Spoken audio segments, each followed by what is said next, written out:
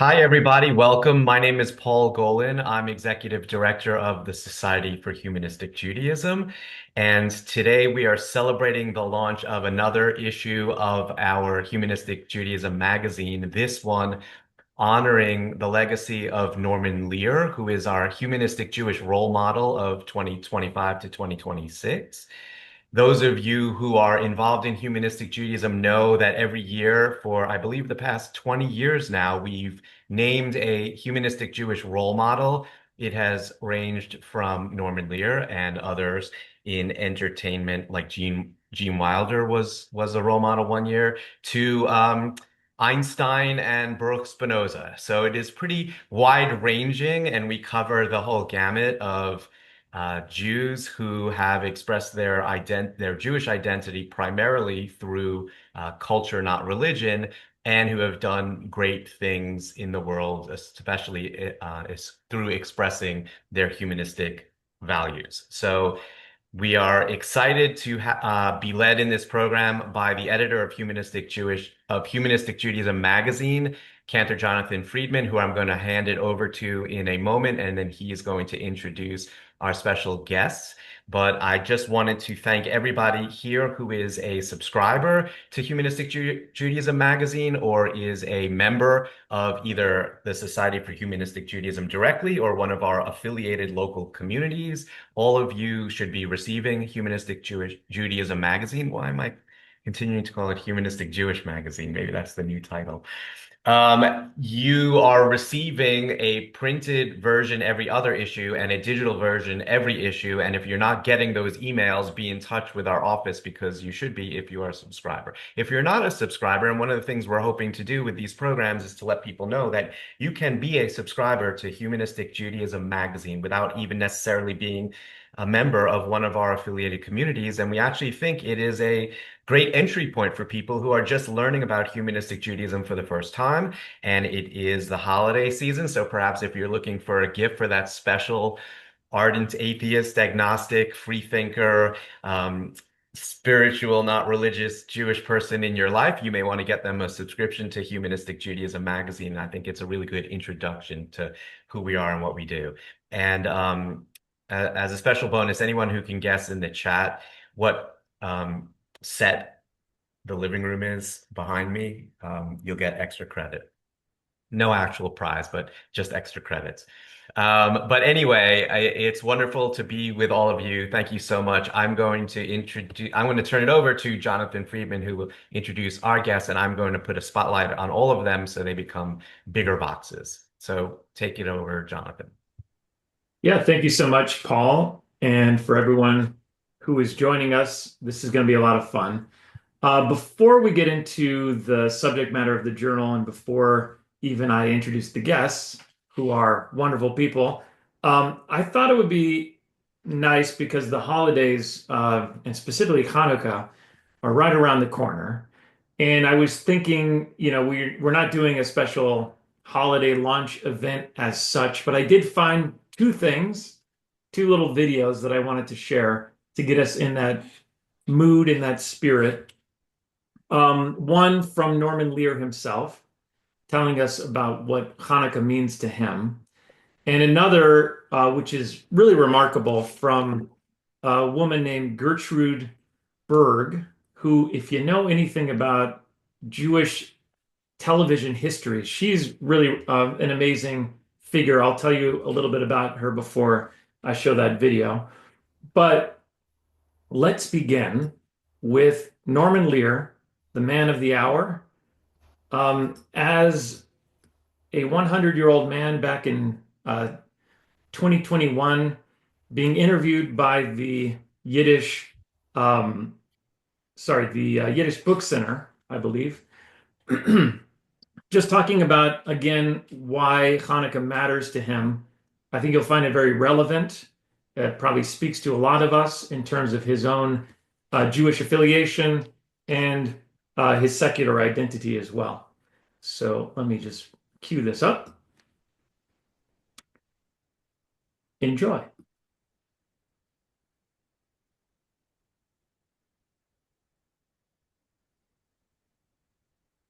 I love the menorah and the candles. I didn't feel I needed to use a menorah, have a menorah and everything because I was Jewish and religious. But I was culturally Jewish and I liked it. I liked the ceremony. I liked the closeness we all felt as we lit the menorah and so forth. My kids enjoyed that too. They, in their lives now, will, for the same reason, have a menorah always. We've been lighting Hanukkah candles, even this year with only one. Well, I had one older daughter here and one younger daughter that came following, but in the course of the Hanukkah days. So we had a menorah and lit the candles. There you go. One thing that I've realized this year, for whatever reason, we're not going to get into Hanukkah and the source material or anything like that because we could talk forever about the somewhat problematic nature, I would say, of the Maccabees and so forth and so on. That's for another time. But I've come to realize that Hanukkah is really a Jewish pride festival in the same way that St. Patrick's Day is an Irish festival and Cinco de Mayo is a Mexican American sort of festival as well. And it's okay, just like what Lear was saying, to just enjoy being Jewish and lighting the candles and don't think about anything else. So I would also like to share something from Gertrude Berg. She was the creator, producer, star, writer of The Goldbergs. And this was one of the first sitcoms really ever. It began as a radio sitcom in 1929. That lasted until 1946 on the radio. And then it was a television sitcom from 1949 to 1956. It predated I Love Lucy. It is a domestic sitcom, but what made it really special is that it probably gives itself away in the title. It's called The Goldbergs. It was a Jewish family in New York, in their apartment, sort of presenting a, average, normal Jewish family for the rest of the country. And it was remarkably successful as well. Even during times of anti-Semitism, the show was a success. And it's really all because of Gertrude Berg, who wrote all of the episodes, I think, between the radio and television, 5,000 episodes or more that she wrote, which is just incredible. And this is her on the Ed Sullivan Show back in 1959, talking about the December dilemma as we've come to know it. And it ends with something of a surprise. I think it will amuse you and enlighten you, because it might be the first time that this term that you'll hear at the end was ever used, and or at least it was what popularized this particular term. I'm not going to spoil it though. You'll hear her story. It's a monologue from the Ed Sullivan Show.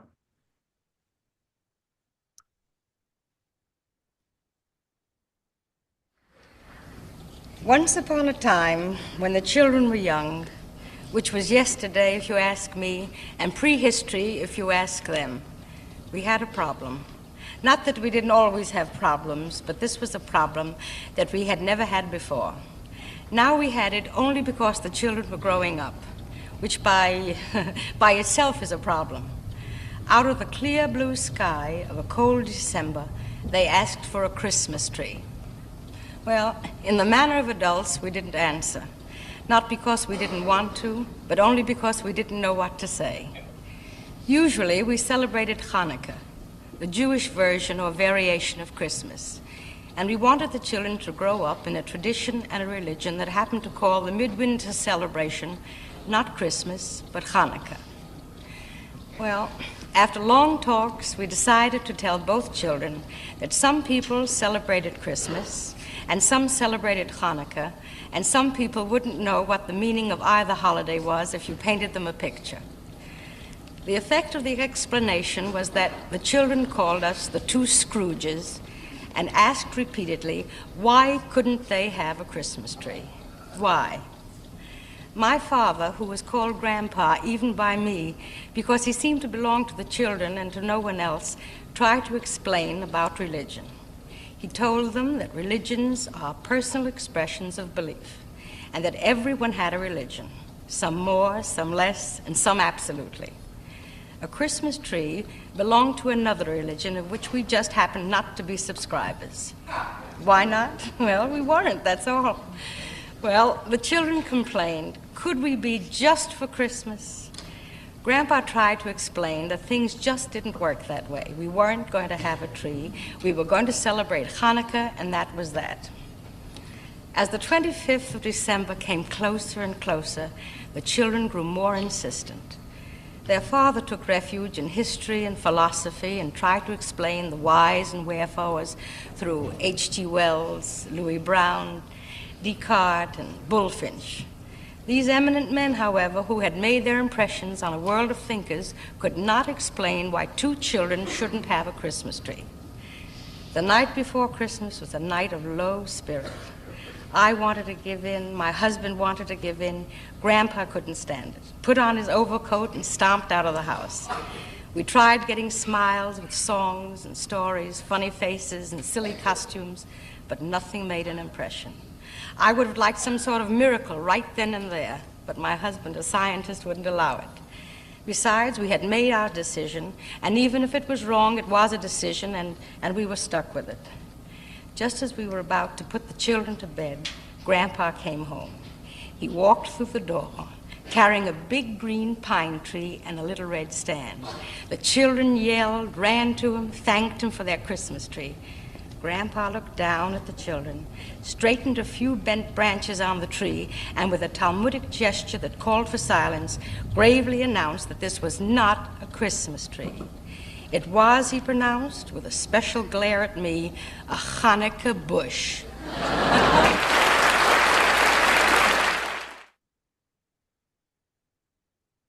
That is the origin of the Hanukkah bush.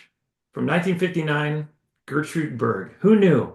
By the way, she mentioned that her husband was a scientist. He wasn't just a scientist. He was a chemist who invented instant coffee. Okay, so I'm going to take us very quickly through our issue, the Norman Lear tribute issue of Humanistic Judaism Magazine, and then we'll get into our guests and a lively Q&A and all of that. So if you haven't received it yet, or if you haven't had a chance to look through it yet, it is a rather fun and I would say beautifully put together, as the editor, of course, I'd say that, issue of Humanistic Judaism Magazine. Here's Norman Lear with some of his famous contributions: Maud, Sanford and Son, All in the Family, the Jeffersons. The list could go on. He wrote for, or created, or produced somewhere around 100 TV shows, which is quite remarkable.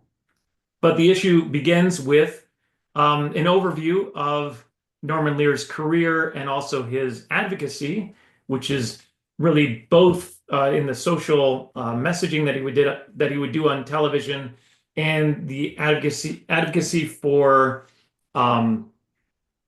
voting rights and democracy through the People for American Way and other projects. That is really why he is SHJ's humanistic role model for this year. And this is an article, a nice overview from SHJ board member Arthur Liebhaber.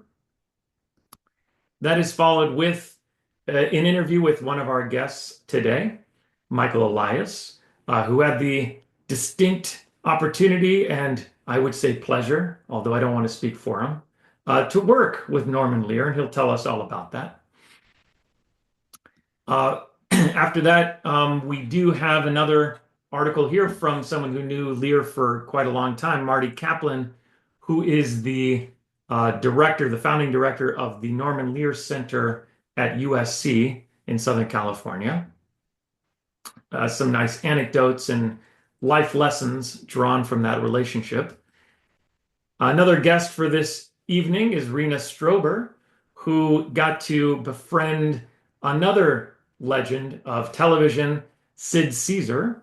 This is an article sort of talking about her relationship that she developed with him during his last year or two and the lessons that she learned from that. I should say that Sid Caesar and Norman Lear were born in the same year. So there's a little trivia for you. Pop culture historian Matthew Klickstein gives us rather erudite exposition or exploration of Norman Lear's adorable little hat, that hat that Norman Lear would wear, and what that meant about his career, his work habits, and his legacy. And we also have a friend of mine who's an actor, Harris Shore, talking about his work on a couple of sitcoms, Seinfeld and Wings, and sort of the ups and downs of being a guest star on very popular shows. My contribution to the issue is this little exploration of casual Jewish references on primetime TV. The observation being that before Norman Lear came on the scene, the Jews that we would see on television would be in sort of stereotypical bar mitzvah episodes and this sort of thing. But Norman Lear introduced us to casual references, just mentioning Jews in conversation in a way that we really didn't see on television before that. And of course, this is that famous episode of All in the Family with Sammy Davis Jr. planting a surprise kiss on Archie Bunker's befuddled face. And finally, we have this wonderful article from Paul Golan in our Values and Action section, talking about Norman Lear's fight for secular democracy and how that ties into Jews for a Secular Democracy, our very own organization. So I hope you're excited to read it, or I hope also if you did read it, you liked it. At this time, I want to introduce our guests. First, we have Michael Elias, who I'm just so thrilled to call a friend. He's an award-winning writer, actor, and director who has written film, television, theater, and fiction. He's best known as the co-screenwriter of both The Frisco Kid, starring Gene Wilder and Harrison Ford, and The Jerk, starring Steve Martin, and also is the creator of the hit show that was on ABC in the late 80s, early 90s called Head of the Class. In addition, Michael had the opportunity to work on Norman Lear's All in the Family as a writer and was a producer on a lesser-known Lear show called All's Fair. Hey, Michael. Our second guest is Rena Strober, a Broadway TV and film actress turned cantorial student who self-identifies as an old Jewish comic from the Catskills. She had a decade-long Broadway career in New York City before coming out to LA to work in film and TV, where she has voiced hundreds of characters in animation, has been a guest star on many sitcoms as well, and has 2 award-winning albums. Welcome, Rena. So let's see, who should I ask first? Hey, Michael. I go first? Yeah. So you did have a chance to know and work with Norman Lear. What was that like? How did you get to know him? Tell us the story. Well, actually, my first encounter with Norman was I was an actor in a movie he wrote and produced called The Night They Raided Minsky's, with Jason Robards, Elliot Gould, and a whole bunch of other people.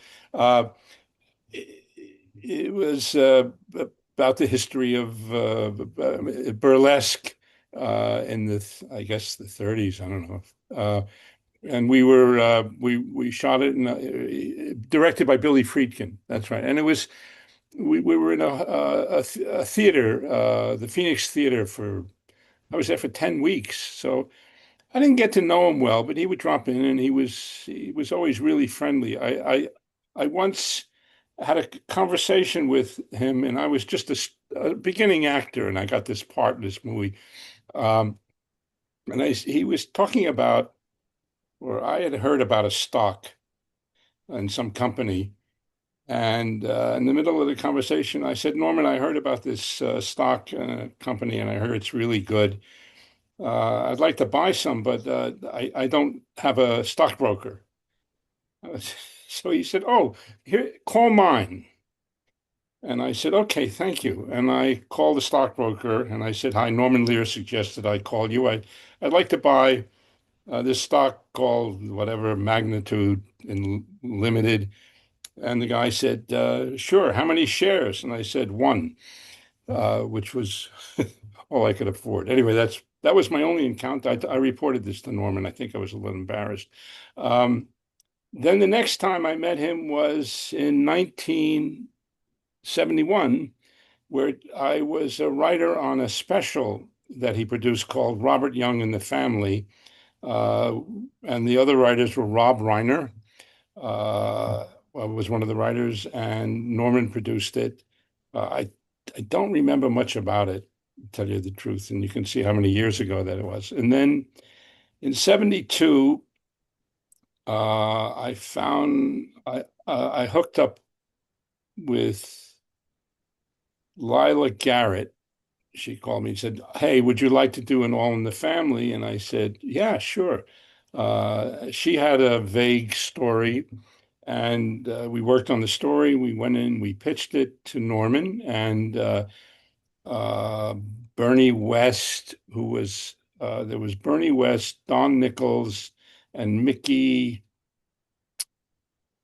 Can't remember his last name. Sorry, the three guys, and they really ran the show.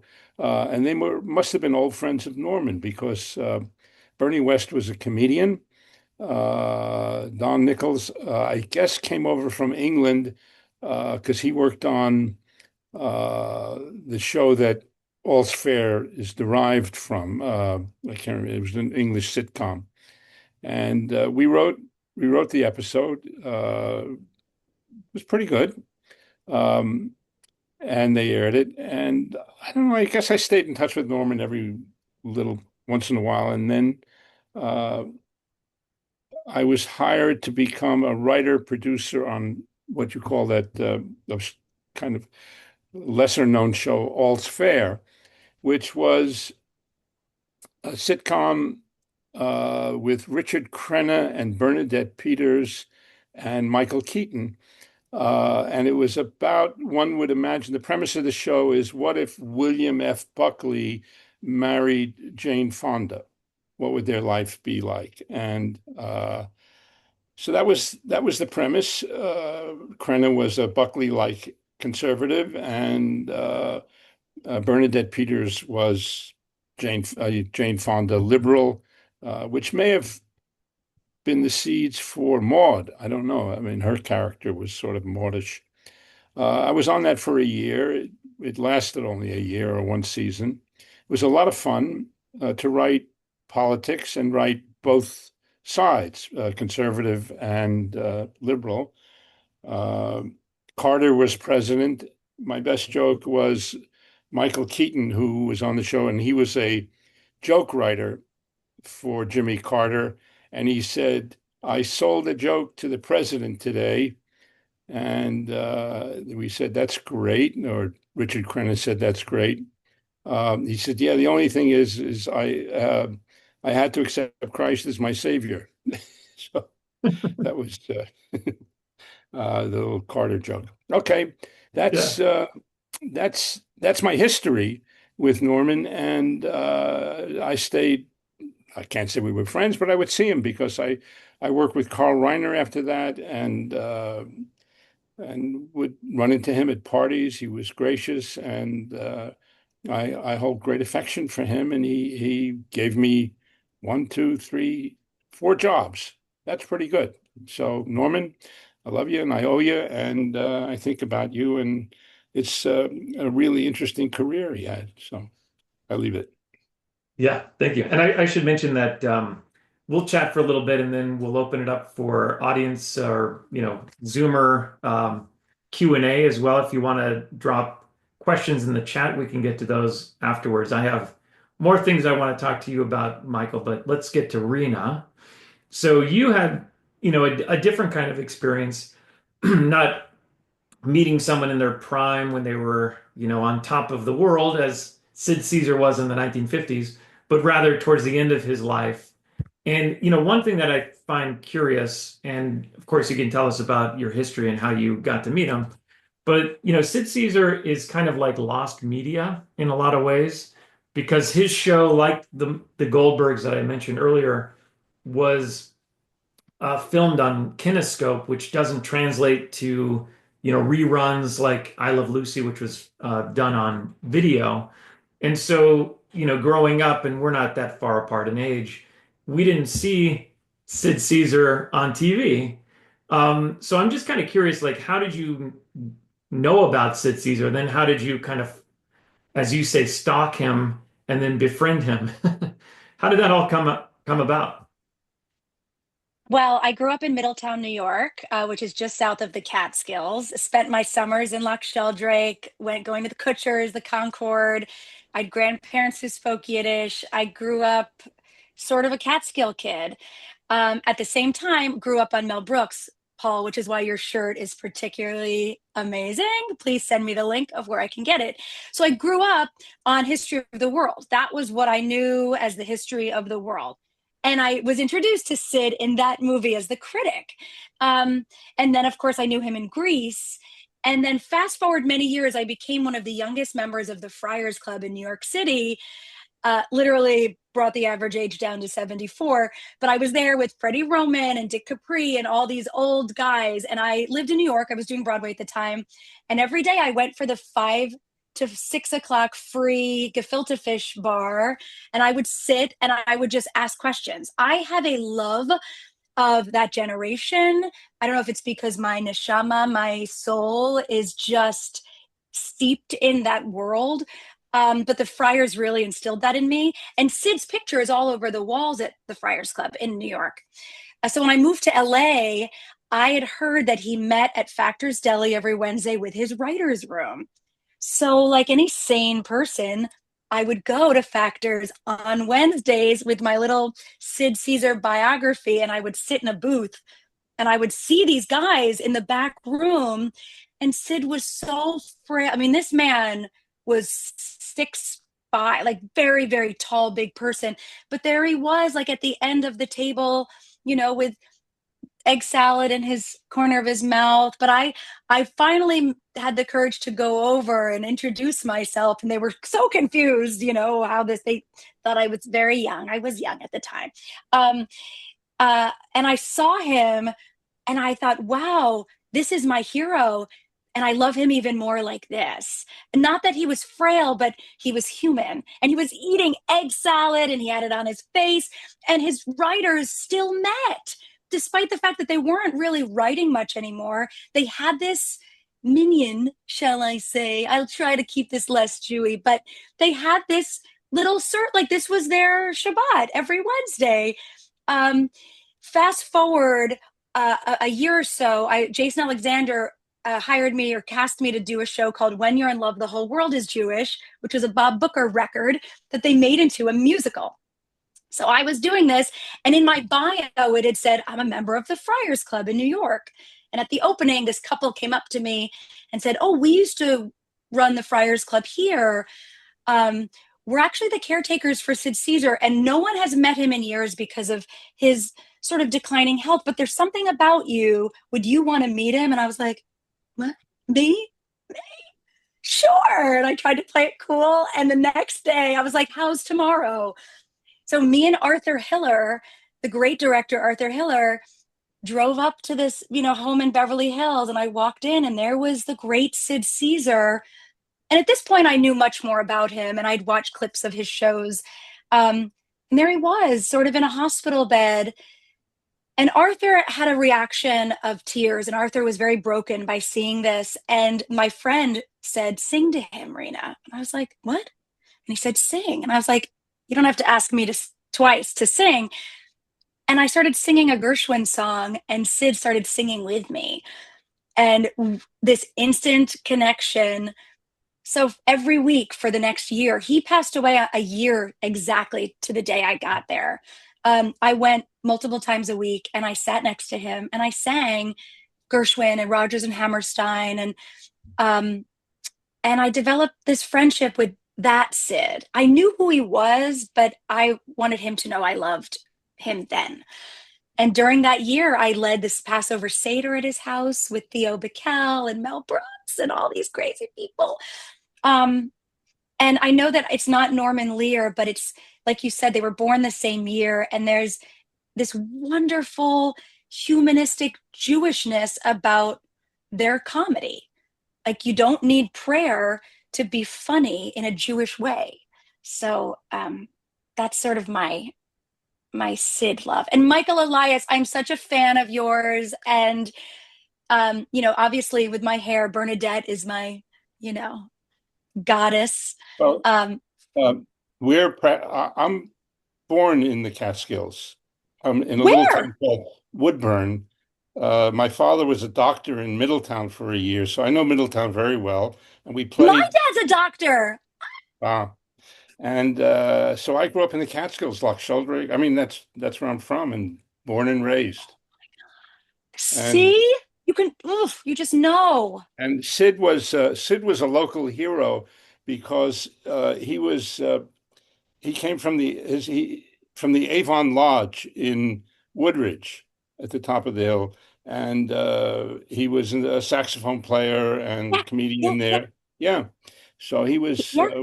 you know, That saxophone was in his room. He had three things behind his bed: a baseball bat, a sword, and a rifle. And then he had that saxophone from that hotel. Um, Avon he still Lodge. had it, the Avon Lodge. He had such pride, and he played with like Benny Goodman, and he played with all these greats, and of course Mel Brooks was a Tumblr, all the comics were up there. Wait, my dad is a kidney doctor in Middletown, New York, a renal doctor, hence Rena. I'm just guessing. I, he never said. How funny, Michael. I love that. Yeah, Loch Sheldrake. Remember it You know, well. but Anyway, by the way, you're mentioning what Sid had behind his bed. I'm reading now the new biography of Sid Caesar, When Caesar Was King by David Margolick. And there's a section in there about his gun collection, which I had no idea that he was such a hunter and whatever else he did. Um, but, despite being that, he was obviously very Jewish as well. And I think that, hunting is not such a Jewish thing historically. Subject for another time. But you do remind me of something really important, and this is actually a quote from Sherwin Wine, who's the founding rabbi of this, Humanistic Judaism, Society for Humanistic Judaism, what we're celebrating today. He said something to the effect, and I'm probably going to get the quote wrong, but like laughing has always been more Jewish to me than praying, something to that effect.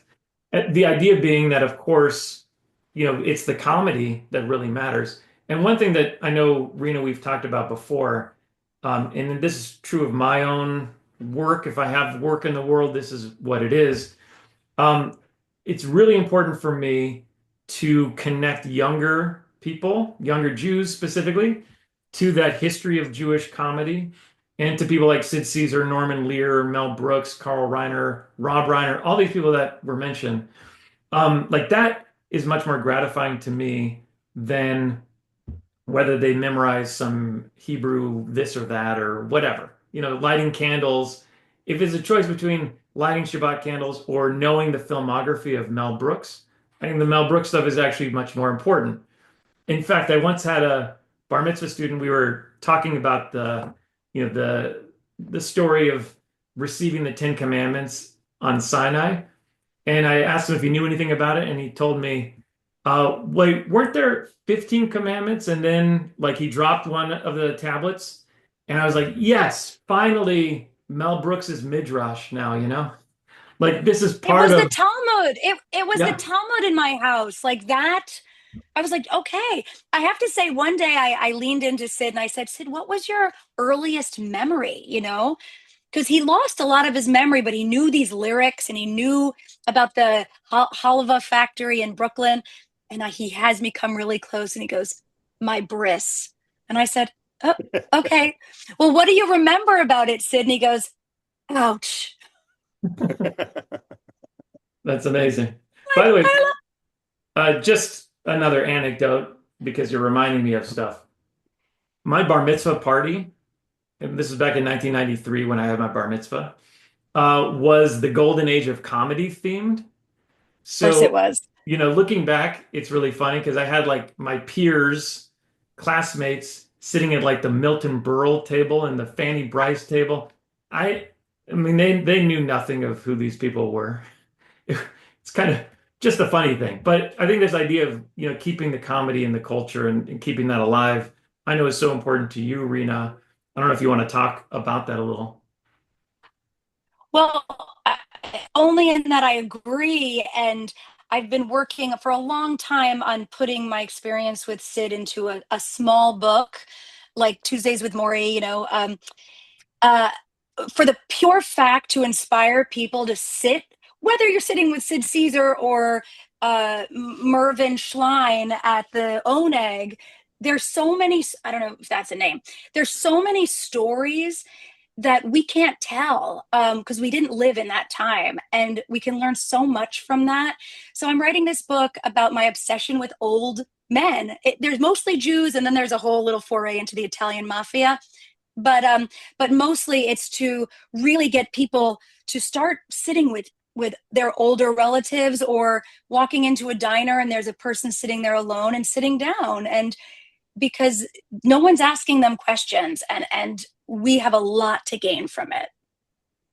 Oh, that's So awesome. we'll see. And Michael, I know that you're sort of in between the generations, as it were. Like there's Norman Lear, there's Michael Elias, there's Rena Strober, and you had the ability or the opportunity really to work with so many of these legends. Any anecdotes come to mind? Any Mel Brooks stories? Any Carl Reiner stories? Carl Reiner, I I was assigned to work as his writing partner by his nephew George Shapiro, who was his manager, and his nephew, and my manager also. So he says, "Go, you're going to go work with Carl." Um, and Carl said, "Yeah, yeah, I need a writing partner." So it was they were in trouble because they had done a Dick Van Dyke 8 episodes of a Dick Van Dyke show, which wasn't working. And they had 8 episodes in the can, and they didn't know what to do, CBS, whether they should throw them out, repair them. The audience reaction in the tests was terrible. Um, and they arranged for a meeting at Carl's office, and all the CBS executives came to this meeting, and it was my first day. And I went in with Carl, and I just sat there, and Carl talked about what we could do, and some ideas were kicked around. And then it went on for a while. And then Carl's secretary came in and said, "Carl, it's 3 o'clock." And Carl said, "Thank you." And he stood up. He said, "I have to go." And the head of CBS said, "Go? Where are you going?" He said, "Group. I have group therapy." And everybody said, like, but the show. And Carl said, "Can't save the show if I'm crazy." And he walked out. And they all looked at me, and I said, "It's my first day. I don't know." And that was it. Can you imagine? He just got up. I wonder if he was going to Factors on a Wednesday and that was group No, therapy. no, no. It was group. He can't save the show if I'm crazy. And Huh? what we did was we reinvented the show. We tossed the 8 episodes, and we came up with the idea of doing a Dick as an extra on a medical soap opera with the star was Barbara Rush, and it was funny. We did and he was an actor, and we Barbara Rush fell in love with him, and he was dying. That's right, he was dying, and Barbara Rush said, "I want him on next week's show." And Dick Dick Van Patten, who played the producer, said he can't. He's dying. He's got feldspar disease. We made up this disease. So they went to the writer in the show. They go to the writer Barry Gordon and say, and the producer says, "Save him and cure him." And the writer says, "There's no cure. There's no cure for feldspar disease." He says, "What are you talking about? It's a made-up disease. Find a cure." And he says, "You can't. I'm telling you, there is no cure for feldspars." And he says, "Listen, if you don't find a cure for this disease for the show, you're fired." He says, "You can fire me, but there is not a writer in Hollywood who can find a cure for this disease." But we did. Anyway, That's good stuff. we had a good time. We had a good time. Carl was, so there was that trio of Carl Reiner, Mel Brooks, Norman Lear, and they loved each other. They knew each other from the beginning. They vacationed together. They partied together. It was really it was a tight family, and it was they what they had in common, of course, was they all came from a kind of, I don't know, working class or middle class Jewish immigrant families that had experienced, poverty and issues and all that stuff that was reflected in their comedy. And when you look at the Sid Caesar show and the sketches, there's a sketch when Imogene Coca has to confess to Carl Reiner, who's playing her husband, that she smashed up the car. He doesn't say, "Are you okay?" He says, "What you smashed up the car? Well, how was the car?" And then it was pretty fun. I mean, it was funny, but that was the premise of the sketch. And I remember being in Carl's kitchen having coffee in between. We were having a break from writing. And Estelle, Carl's wife, came in and said, "Carl, I got bad news." He said, "What?" She says, "I totaled the Mercedes." And he said, "Oh my God, are you okay? Don't worry, we'll get another one." And I thought, this is how far they have come from that sketch on the Sid Caesar show to, "Don't worry, we'll get another one." Anyway, it was interesting. But and Mel and Carl, they after they were both, after Estelle, Carl's wife, passed away, and Bancroft passed away. These guys met every night. Mel would drive to Carl's house in Beverly Hills from Santa Monica, and sometimes they would have dinner, sometimes it'd be after dinner. They would just watch television and talk. And that was something. Yep. We were close. Thank you so much for all of that. I'm wondering if we have any questions from the people who are online with us. I know we don't have a whole lot of time, so looks like Rena's answering things in the chat already. Thank you for doing that.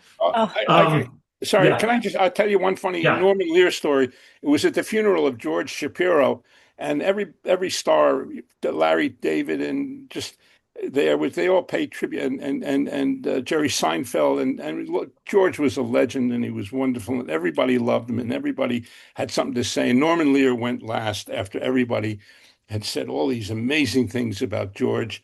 And Norman Lear's first lines were, "Was I the only guy who didn't like him?" That was Norman. Anyway, go ahead. Classic.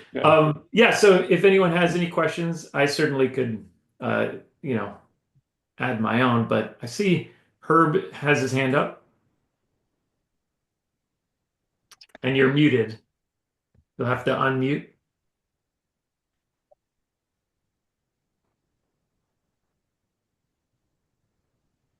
Okay.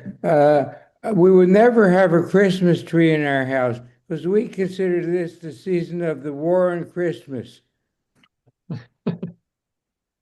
Well, thank you for the comment. Part of that to me, like if I'm being really cheeky, and I think actually Joey Angelfield, who's my co-host on Amusing Jews, this is his line that I'm stealing from him. But we did an episode on Jewish contributions to Christmas, and the secularization of Christmas as we know it, with all of the songs and the movies and the department stores and everything else coming from Jews.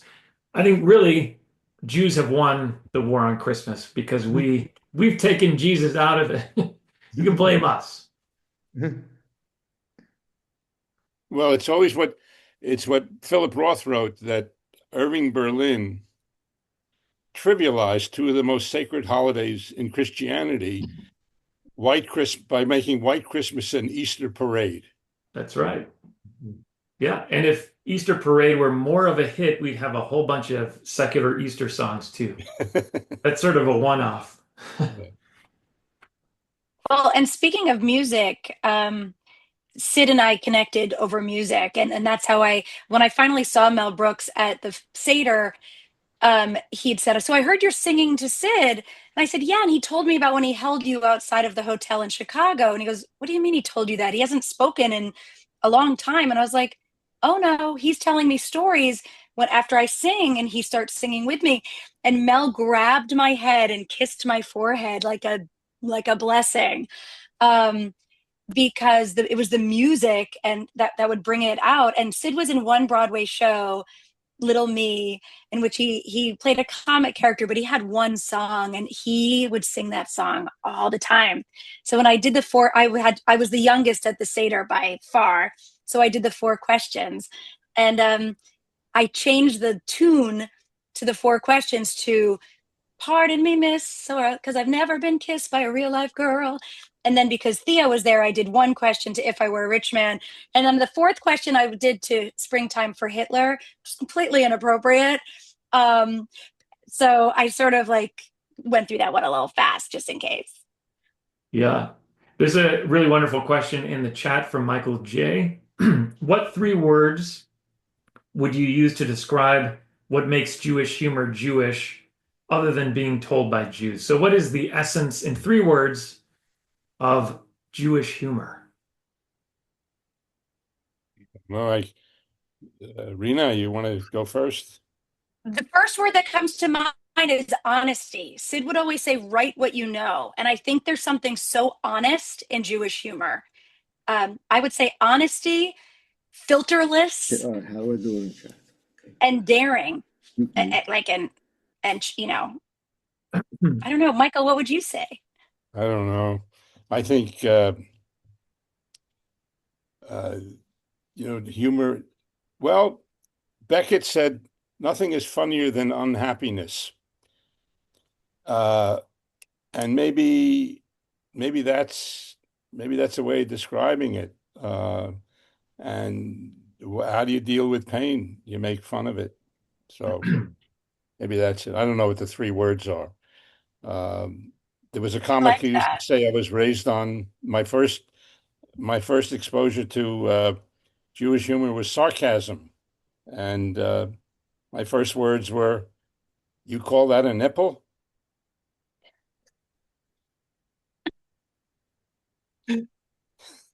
That's nice. I think, if I can chime in, irreverence is one of those words. And certainly we saw this on the Sid Caesar's programs, Show of Shows and Caesar's Hour. I mean, part of what made those shows Jewish was avoiding overtly Jewish words and characters. Like they didn't do that. But what they did was they tore down like the American norms, and sort of turned everything into a big mess, which I think is very Jewish, just what we do. A friend of mine just referred to the Jewish people as one big debate club, which I think is pretty accurate. Um, Self-deprecation is a part of it too. I think we're very good at that. And just satire, it's the whole idea of looking at things from the outsider's perspective and, poking holes in the holy, so to speak. The again, the standards, the norms, that sort of thing. You're so right, Michael, with tragedy. Because when I was sitting with Mel Brooks, I was like, "What's up with Hitler?" And he was like, "Listen, until we laugh at him, we don't win. So the fact that I could get people to laugh at him, we won." And it was like his mission for the first, big chunk of his career. But it's so true, that so many, if we don't laugh, we'll disappear. So maybe Yeah, and laughter keeps actually, us alive. that's true. And Michael, you mentioned also that Norman Lear's comedy in particular was always punching up, not punching down. I think that's a part of the Jewish sensibility as well, that you're sort of attacking those in power, those who control, the levers of society, so to speak.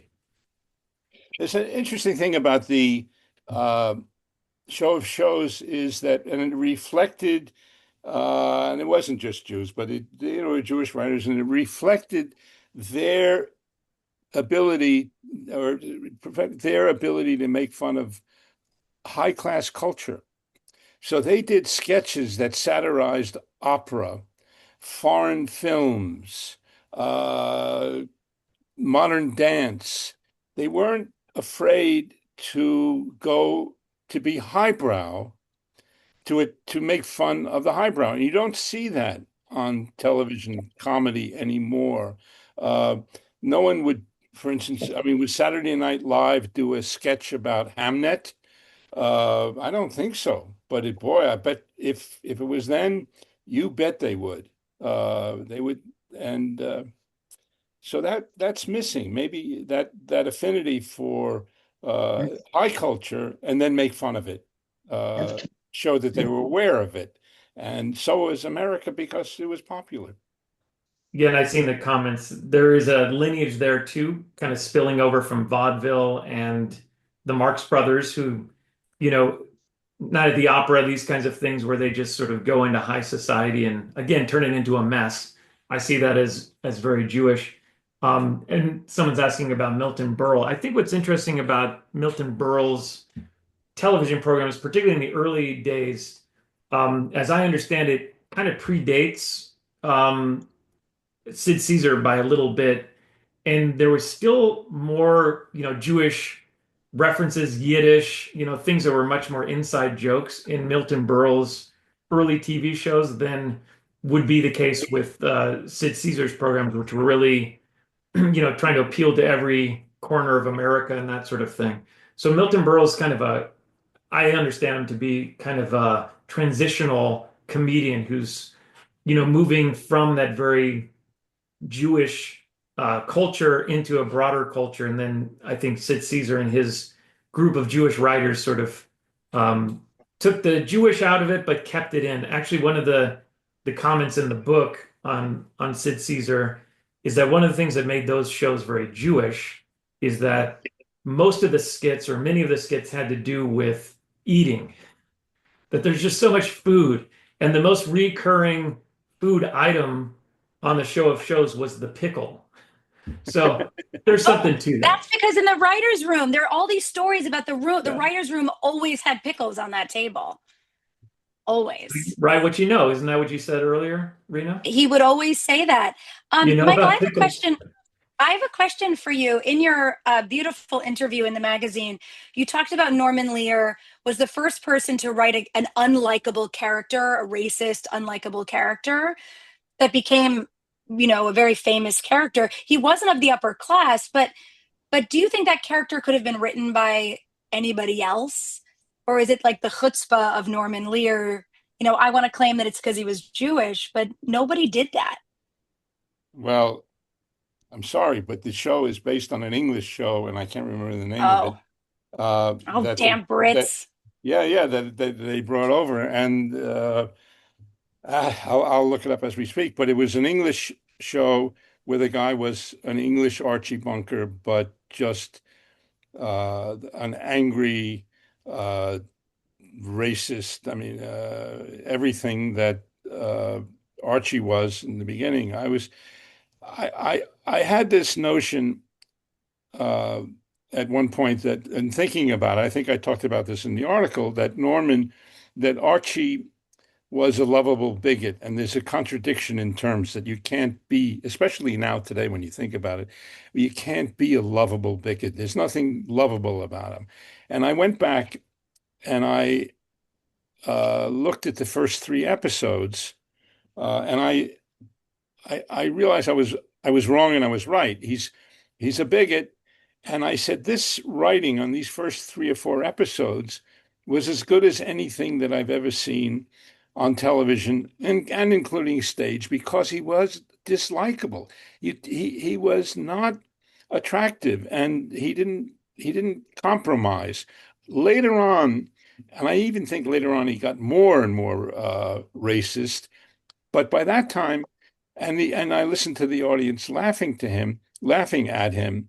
Those jokes were accepted, and the problem for me was that did Norman inadvertently unleash the Kraken, as it were, by making a lovable American television hero say all those things, which gave us Andrew Dice Clay and the succession of, these, what's his name, Rush Limbaugh and so forth, and made it okay to say things that you could think, but you were never allowed to say on television. So is that good or is that bad? I don't know. I wonder about it, and I never talked to Norman about it, but I wonder. Um, it's a problem because now you have a president who says it. And he's not lovable, but he says it and he makes jokes about it. And you have people in his administration who do it, and it applies to immigrants, and soon it will start applying to Jews. Take my word for it, and it's going to be serious because we're next for them. And So anyway, that's the contradiction. It gave liberty, it gave freedom to a writer. All of a sudden, writing changed. And what happened also, thanks to Norman, is Hollywood is kind of in Hollywood. Writing is Darwinian in a sense. You adapt or die. So you had, for instance, a generation of variety show writers who were really good, and they could write jokes and they could write sketches. But then variety shows stopped. And all of a sudden, these guys and women were out of work. Then you had sitcom writers who were writing shows like Lucy and so forth.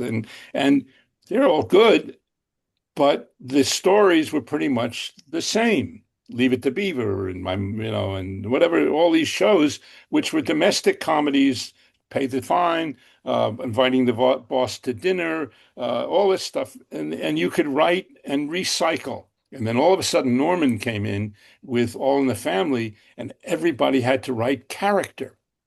They had to write Archie, they had to write Edith, they had to write Rob Reiner. And this was now not just about jokes. It was about politics and about character. And all of a sudden, there was a whole generation of comedy writers, sitcom comedy writers, who were unemployed because they could not make that next step. So that's one of the things he did. And television is better than ever. There's no question about it. And I haven't seen, and television comedy is great too. So we can thank Norman, but I wonder if as I say, he may have inadvertently changed the landscape and not to a good one. I rest my case.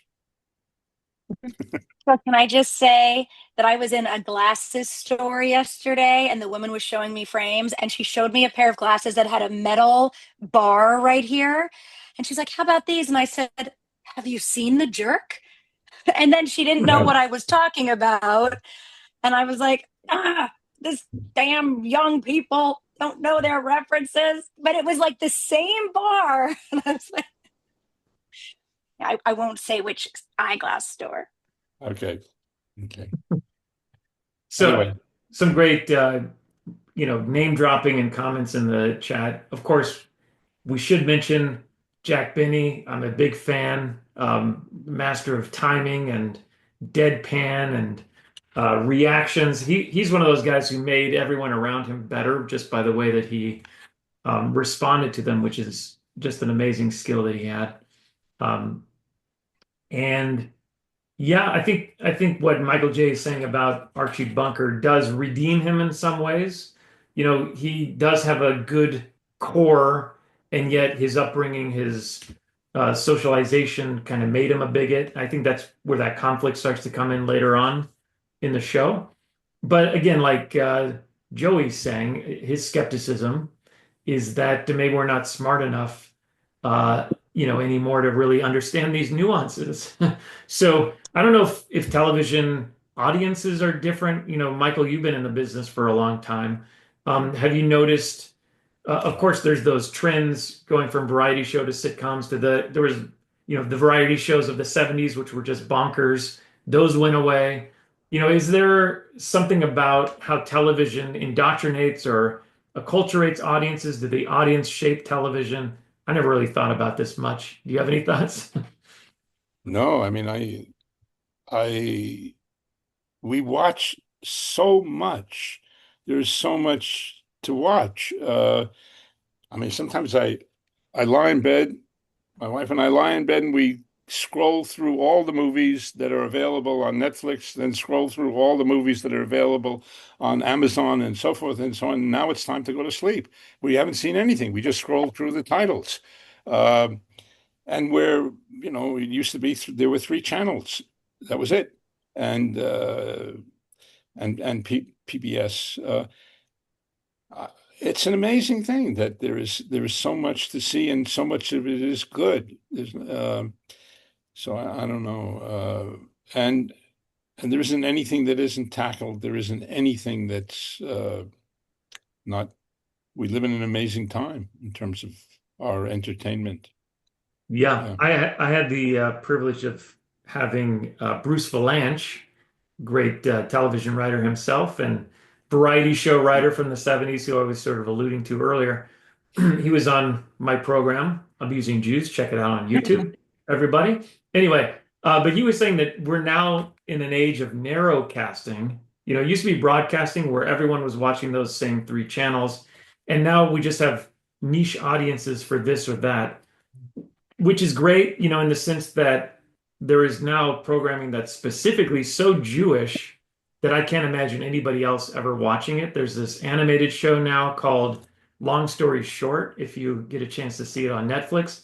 It is so ridiculously saturated with Jewish stuff without any explanation, so that you really have to be Jewish to even understand what's going on in that show.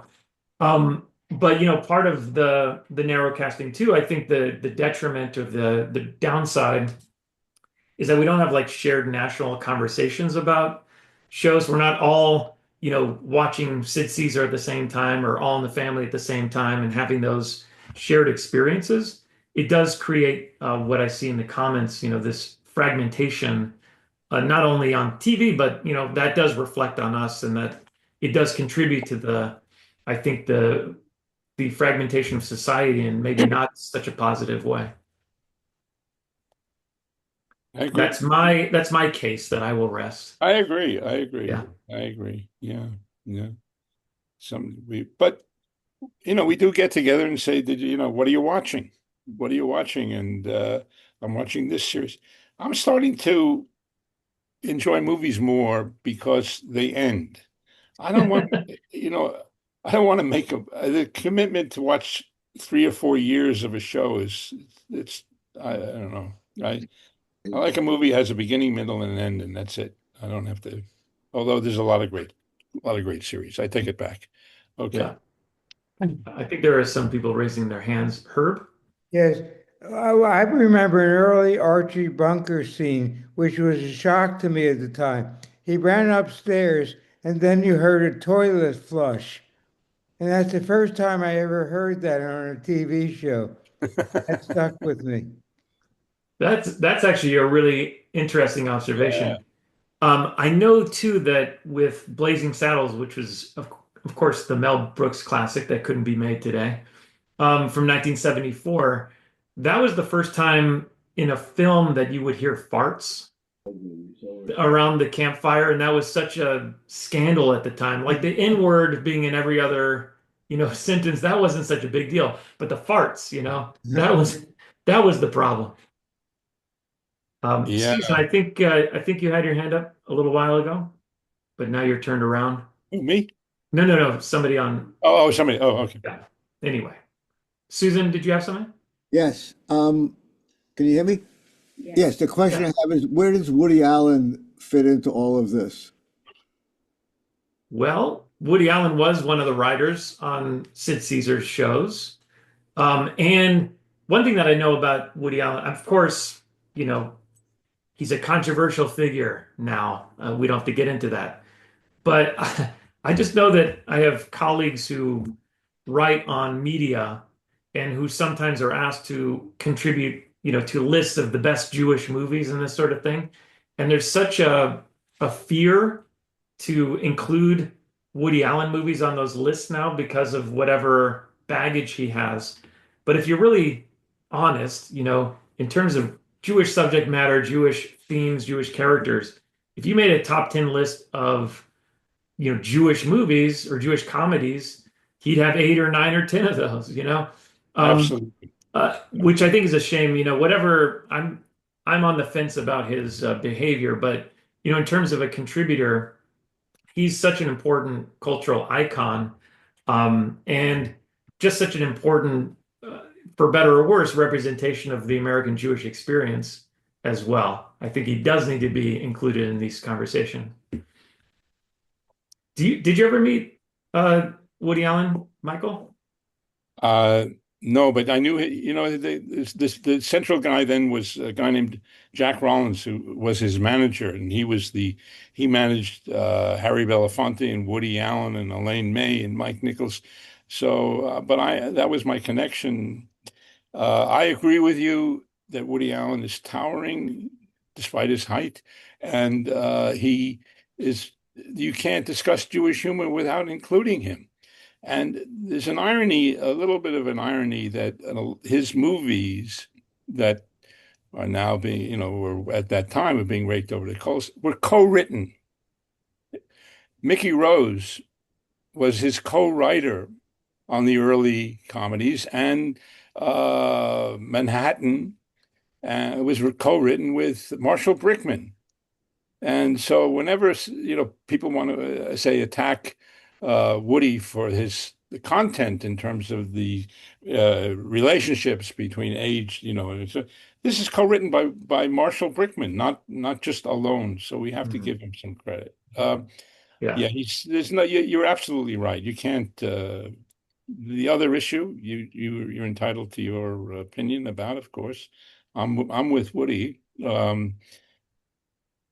So anyway, but it's a great perspective from a writer, and I know that getting credit as a writer is such an important thing in one's livelihood and one's professional and personal accomplishments and so forth. There's an erasure that happens when certain celebrities are cast aside. The other people are collateral damage in that, like you're saying. Or escaped. I'm saying they escaped the collateral damage. Oh, I see. That's what I'm saying. That Marshall Brickman, who wrote Jersey Boys and a lot of movies. Yeah. So anyway, that's I'm just remembering the best Woody Allen. I mean, my favorite Woody Allen line, I think it's in Take the Money and Run, about where he brings a pink box of pastries to the dictator. And that pink box, which was typical of all Brooklyn Jewish bakeries, which would have the pastries in it. And the dictator opens up the box, and he looks and he says, you bring pastries, but you don't bring an assortment.